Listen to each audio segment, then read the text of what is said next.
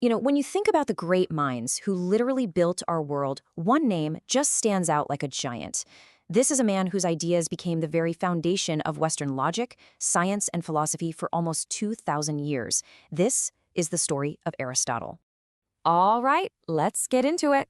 We're going to trace Aristotle's life through 6 key moments. It's a journey that takes us from his roots in science all the way to a legacy that is, well, pretty much immortal. So this timeline gives us a great roadmap. You can see how each phase of his life, from just observing nature as a kid to tutoring a future emperor, built on the last.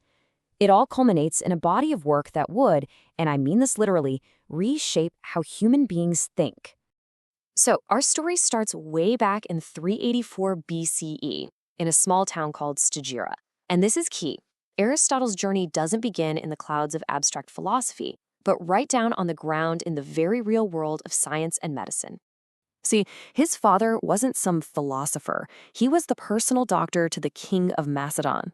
Just try to picture that childhood for a second, surrounded by medicinal herbs, anatomical charts, dissection tools.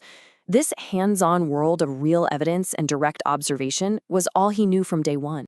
And you really can't overstate how important this was.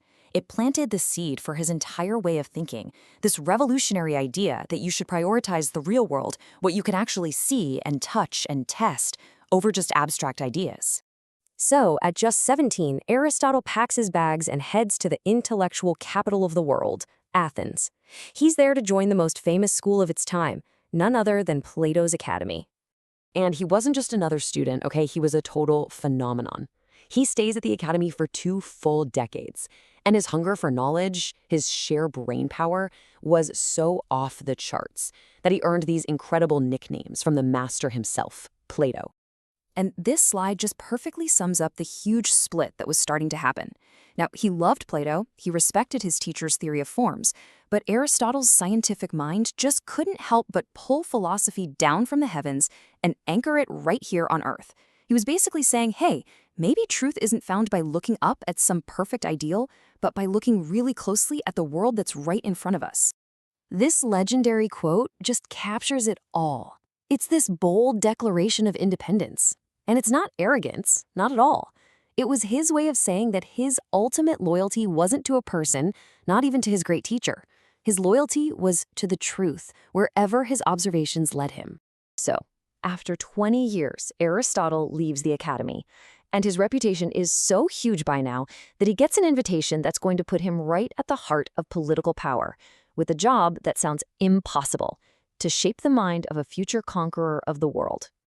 Yep, in 343 BCE, King Philip II of Macedon calls him up. He needs a tutor for his son. And that son is a fiery, brilliant 13-year-old prince that the world would soon know as Alexander the Great. For the next 3 years, Aristotle teaches this young prince everything from politics and ethics to the heroic ideals of Homer's Iliad. But this was a two-way street. As Alexander went on to conquer the known world, he would send back a constant stream of exotic plants and animal specimens, creating this incredible, massive database for Aristotle's own biological research. Okay, so after his gig as a royal tutor, Aristotle heads back to Athens in 335 BCE. But he's not the mind of the academy anymore. Oh no, he's a master now, ready to build his own legacy. He starts his own school, the Lyceum, but it gets its famous name from his teaching style.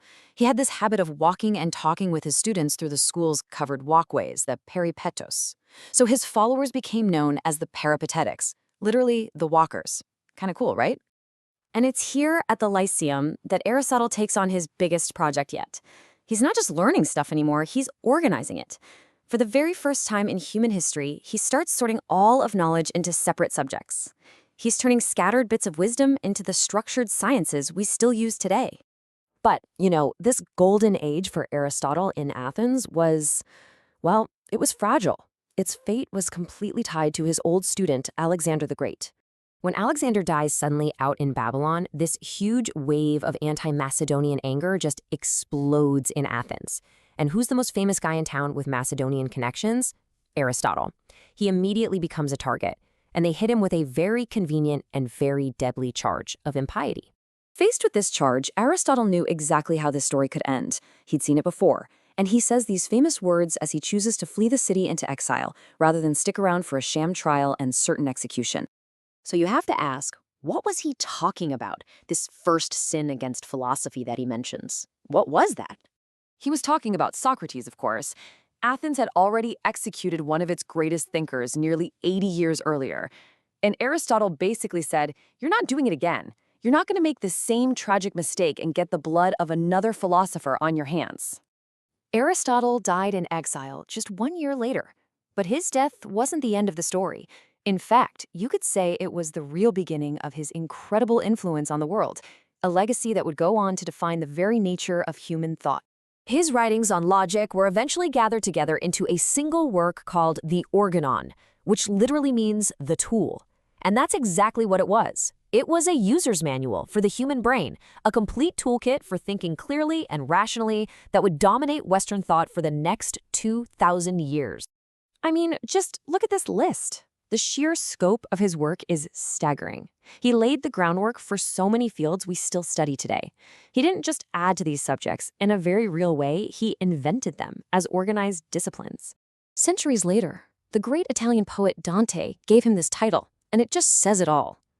For scholars during the Middle Ages and the Renaissance, whether it was the Islamic philosopher Avicenna or the Christian theologian Thomas Aquinas, Aristotle wasn't just a philosopher. He was the philosopher, the ultimate authority, the master of those who know. So all this leaves us with a pretty powerful question, doesn't it? Aristotle gave us the tools for logical thought, the very instruments of reason. And when you look at our world today, you just have to ask yourself, how well are we actually using them?